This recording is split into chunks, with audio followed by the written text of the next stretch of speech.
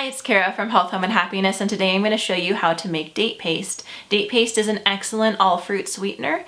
It works in place of honey if you're on the gut and psychology syndrome or a specific carbohydrate diet.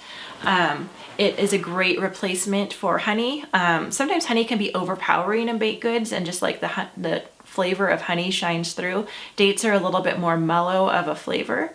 And so date paste can be used in most baked goods. It can be used 1-to-1. If it's something like candy, like we have our honey cinnamon lollipops, don't use date paste. It's not going to work. We need like the actual viscosity and properties of honey to make those work.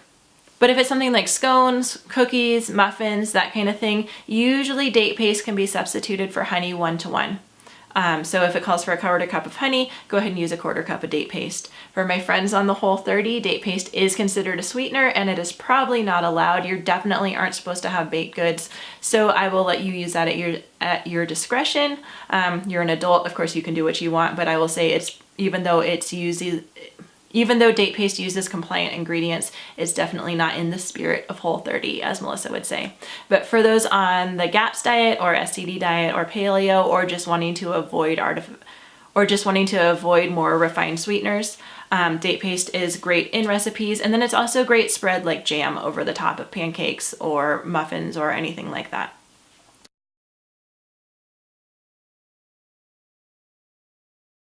The first thing we're going to do is take the pits out of our dates, and then we're going to cover them with the juice of half a lemon.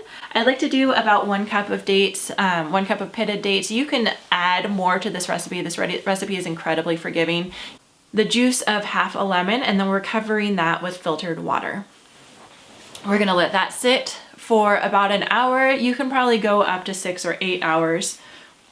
And then we're going to pour off our water. You want to reserve that to add in later, and we're going to puree. So I'm using an immersion blender. You could also use a regular blender and that will work just fine, or even a food processor.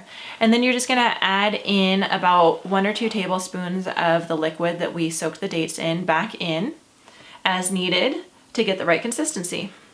And when it's all done, remember this has no preservatives in it.